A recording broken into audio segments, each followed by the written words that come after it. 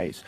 E outra coisa, um presidente da República deve olhar para frente, não governar olhando para o retrovisor. Há um fato de 55 anos atrás, que ele desconhece, porque é um homem de poucas letras, a gente sabe, mas não é o primeiro presidente de poucas letras, vale destacar.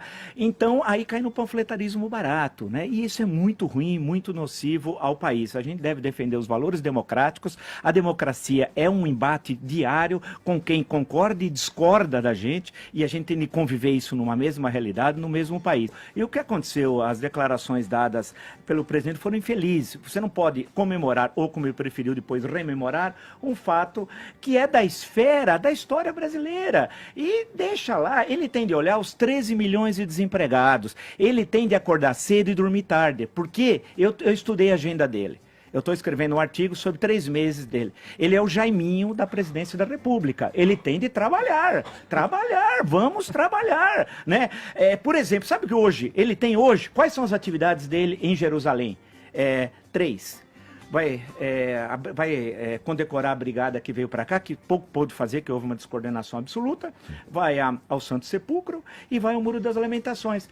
É turismo. Agora, numa viagem tão curta, você tem de se encontrar, ou diminui o tempo, ou se tem esse tempo, se encontra com empresários, cientistas, esse tipo de coisa, né? Mas não tem o que fazer. Aí a culpa não é dele.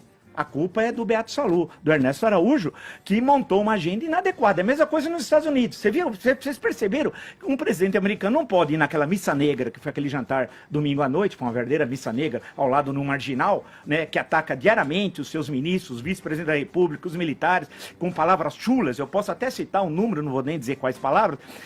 Fizeram um levantamento em março, o que esse marginal da Virgínia disse, né? Um negócio assim, no nível rasteiro tal. Então, o presidente precisa parar de querer se meter na história, querer falar questões que não são afeitas a ele, ter a responsabilidade do cargo. O Brasil tem a questão da reforma da Previdência, tem questões econômicas importantes, no campo da segurança, já na justiça, que são centrais. E fala, primeiro, se afastar politicamente dos filhos, né? Eles são, o Carlos Bolsonaro, o Tonho da Lua, da Mulheres de Areia, ele é um desastre, ele é um cara, um sujeito desequilibrado emocionalmente, ele é caso de psiquiatria, ele coloca em risco todo dia o governo.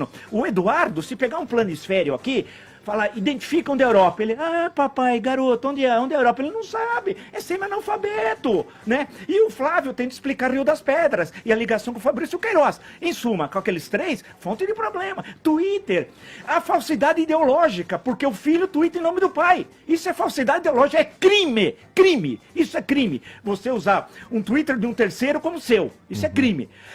Então, e saber que é presidente da 8ª economia do mundo, que precisa ser sério. E outra coisa, estudar, ler, acordar cedo, dormir tarde, fazer reuniões com o ministro, entusiasmar o país, né? Não ter posição subserviente aos estrangeiros. O que fez nos Estados Unidos é um crime contra a nacionalidade. E o que está fazendo Israel? Vocês observaram o rosto dele?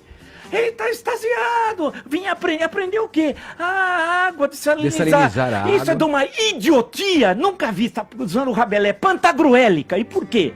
Ele não conhece, não sabe o que é solo, não conhece a história, e isso é antieconômico, isso é um absurdo, essa proposta. Você tem outras formas muito simples que você pode reenfrentar a questão da agricultura, o dry farm, agricultura com pouca água, de outra forma. Em suma, nós precisamos qualificar a presidência da República.